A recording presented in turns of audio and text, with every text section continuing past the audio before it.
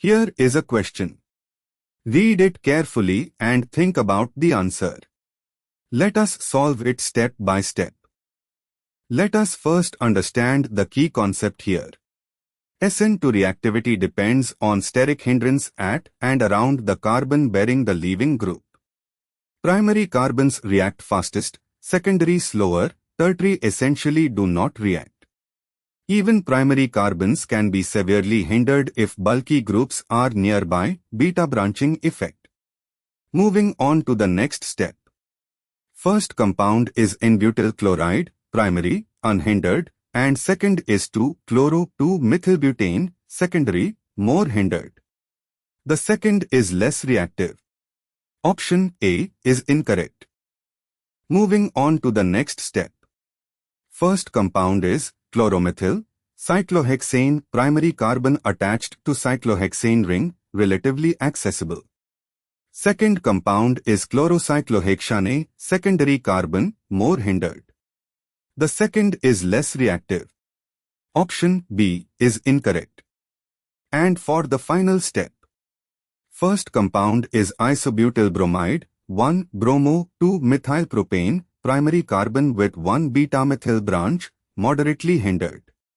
Second compound is neopentyl bromide, 1-bromo-2,2-dimethylpropane, primary carbon but with 2 methyl groups on the beta carbon, gem-dimethyl, severely hindered. The second is less reactive. Option C is incorrect. First compound has Cl on a carbon that is directly adjacent to a quaternary heavily branched center, secondary or primary carbon with extreme beta branching, making it very hindered. The second compound is 1-chloro-3,3-dimethylbutane, primary Cl on C1 with the gem-dimethyl quaternary center at C3 1 carbon further away gamma position. Although still hindered, the bulky group is 1 carbon further from the reaction site compared to the first compound, meaning the second compound experiences less steric hindrance than the first toward SN2. Therefore, the second compound is more reactive than the first in SN2. Option D is correct.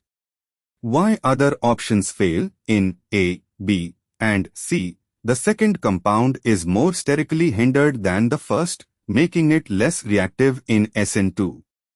Only in D does moving the bulky neopentyl type group farther from the electrophilic carbon result in the second compound being more reactive than the first.